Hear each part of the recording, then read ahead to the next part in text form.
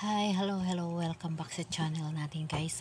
So today, magbibigay na naman ako ng tip and of course, mag-update tayo ng aking illness, So, hindi naman din sa inyo na kumbaga lumalaban pa ako para makarecover sa aking pagka-stroke. Yung manhood half body ko is nanatiling hanggang ngayon na nandyan. And then, yung immune system natin, na maraming pagkain tayong na-allergyan, and then yung mga paligid, in term of immune system, napakarami ho na mga bagay o marami ho immune system na doktor lang ho ang nakakaalam yan. Pero por dahil ho, mahilig ho ako mag-search, kumbaga yan ho ang ikinabubuhay ko at dumudugtong kumbaga sa buhay ko, as a stroke recovery person and positive sa immune system na sa kadahilanan na hindi ko rin malalaman kung anong klase na immune system ho yun. Basta yung resita ho sa akin ng doktor ko is micronutrients at saka yung fiber.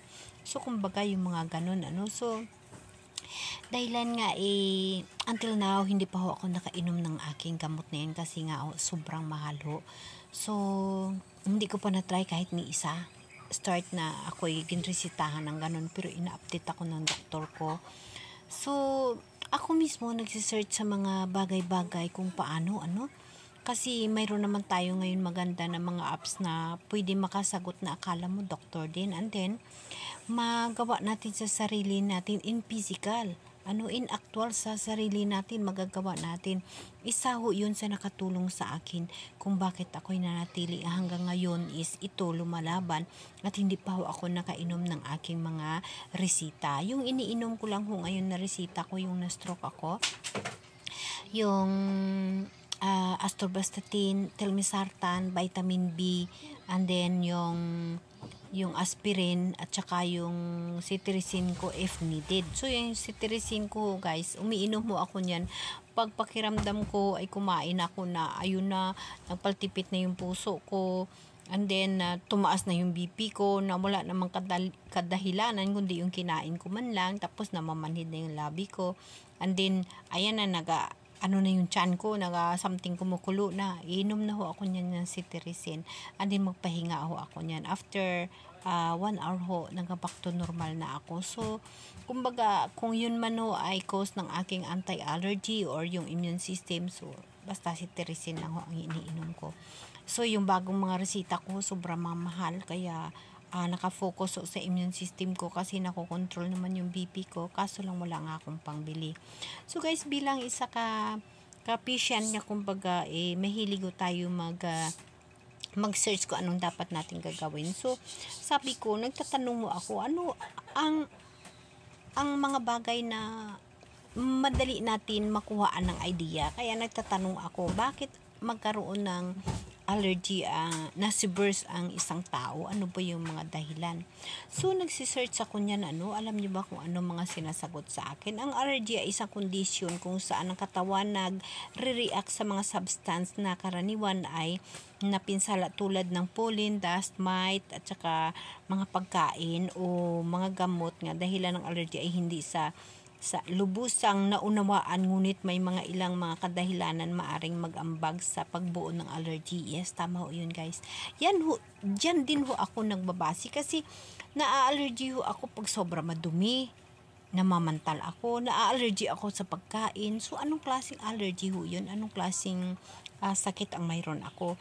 So yung allergy nga minsan sa genetic daw. So mukhang wala naman kaming paranublio na ganyan, sa environmental factors. So sometimes siguro mayroong ganun, pero hindi masyado nag-impact sa akin yung ganun. Yung imbalance gut microbiome na yun, hindi ko pa alam, na hindi ko pa lubos na intindihan yan.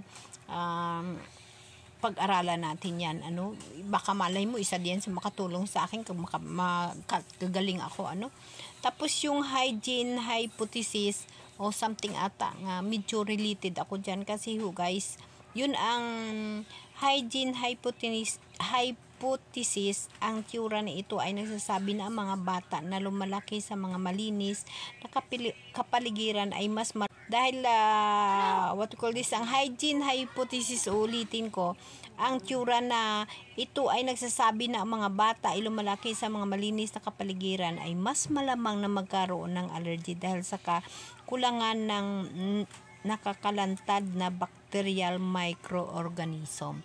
So, mayroon ako ideya rin ng ganun. Kasi naman kilala rin ako nga dyan nga dahil namatay nga dahil sa sobrang linis ng bata.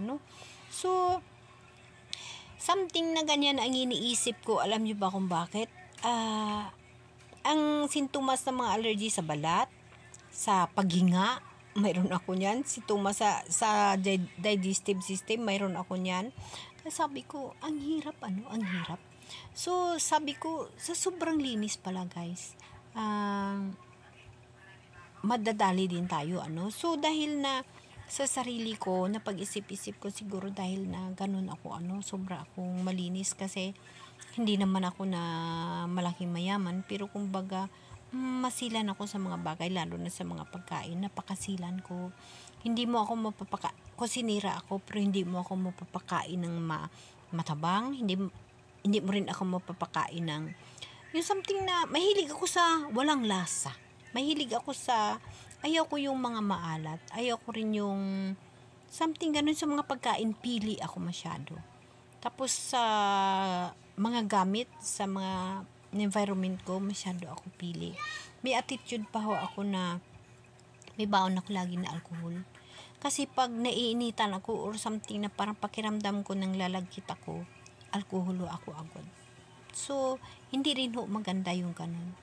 Hindi maganda. Ngayon ko napagtanto at ngayon ko na-realize na mahirap din pala yung mga ganung bagay.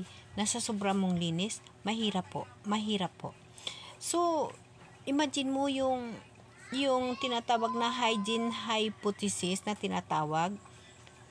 Yun pala yung tinatawag na sa sobra mong linis is madadali ka, So, kung mayroon kang mga sintomas ng allergy o autoimmune disease, like me, na may kaugnayan sa hygiene hypothesis narito ang ilang mga dapat gawin. So, dito ako guys mag-focus sa dapat kong gagawin.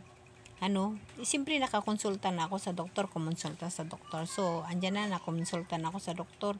Mga pagkain ko, mga masilan, mga mahal. Pero, makaya ko lang, yun ang sinasabi ko. At saka, magkaroon ng balance sa kalinisan. At saka, mag-expose sa mga beneficial microorganism. Alam niyo ba yun?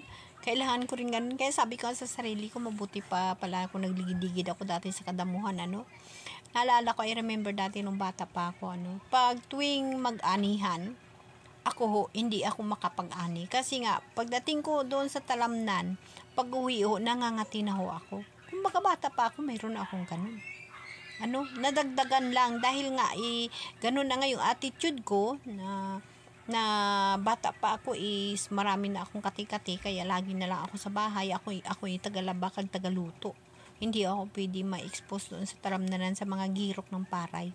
So nandala ko yun hanggang sa ganun na edad ko. So kulang ako sa tinatawag na microorganism, beneficial ng microorganism. So ganun guys, na pag sobra linis. At saka hindi ako guys umiinom ng alak.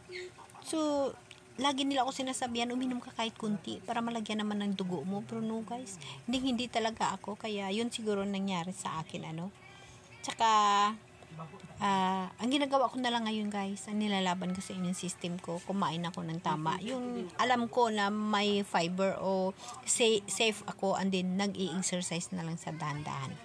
So, yan ang ginagawa ko guys sa paglaban ko sa immune system ko. Yung sinisearch ko kung anong dapat kong gagawin sa sarili ko at dinidisiplina ko sa sarili ko. So, guys, until now, wala pa akong nainom na gamot na mula sa doktor ko sa gamot na para sa autoimmune disorder natin. Okay guys, abangan ang susunod na mga isi-search ko kag ibahagi ko rin sa inyo.